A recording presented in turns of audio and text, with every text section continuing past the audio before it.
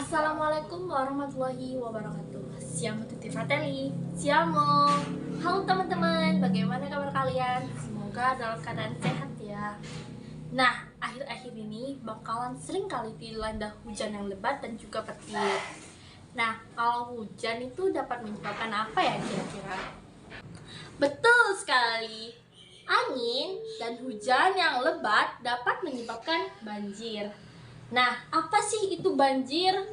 Banjir merupakan peristiwa meluapnya air yang mengenai permukaan tanah yang ketinggiannya melebihi batas normal.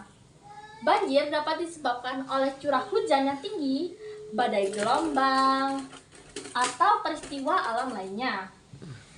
Nah, pasti di setiap permasalahan ada penyebab, akibat, hingga solusi. Nah, penyebab banjir yang pertama, penanganan sampah yang buruk. Makanya jangan buang sampah sembarangan.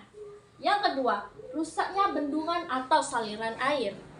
Yang ketiga, berkurangnya daerah resapan air. Nah, karena di Indonesia ini rata-rata hutan telah ditebang ya dan dijadikan bangunan. Nah, kalau di rumah kalian masih ada tanah yang tersisa, mari sama-sama kita lakukan reboisasi. Yang kedua, akibat banjir. 1.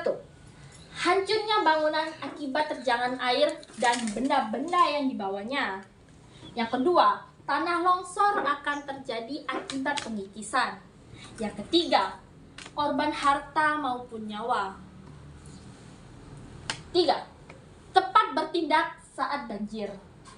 Nah, apa sih solusinya setelah kita banjir? Apa yang harus dilakukan? Yang pertama, padamkan aliran listrik. Yang kedua, pindahkan barang-barang perabotan ke tempat yang lebih tinggi.